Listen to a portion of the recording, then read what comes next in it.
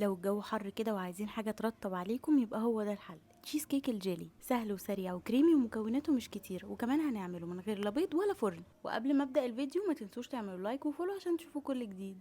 في بوله معايا كوبايه وربع كريم شانتيه، تلت كوبايه سكر بودره، معلقه كبيره لبن بودره. هنزل عليهم بكوبايه لبن متلجه واضربهم مع بعض كويس جدا لحد ما يتضاعف حجمهم. ضربتهم مع بعض كويس جدا لحد ما القوام بقى كريمي. وهكون مجهزه كوبايه ميه سخنه عليها باكت من جيلي دريم. هنزل بشويه من الجيلي اللي عملته واضربهم كويس. بعد ما يختفوا هنزل بشويه كمان وافضل انزلهم بالتدريج واحده واحده واضربهم كويس قوي.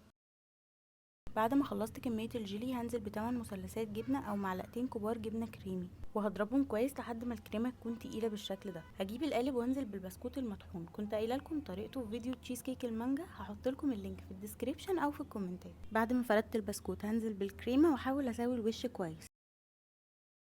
سبتها في التلاجة ساعة وبعدين طلعتها زينتها بشرايح موز كده وحبة رمان. ممكن انتوا تحطوا فراولة لو عندكم او اي فاكهة بتحبوها، وممكن تستغنوا عن الخطوة دي خالص. ولو وصلتوا معايا لحد هنا ما تنسوش تعملوا لايك وفولو وتقولوا لي رأيكم في الكومنتات. واخر حاجة هنزل بالطبقة الاخيرة وهي عبارة عن كوباية وربع مية دافية عليها باكت جيلي. هسيبها بقى في التلاجة ساعة ساعتين، كل ما تقعد اكتر كل ما هتبقى احلى وقوامها احلى.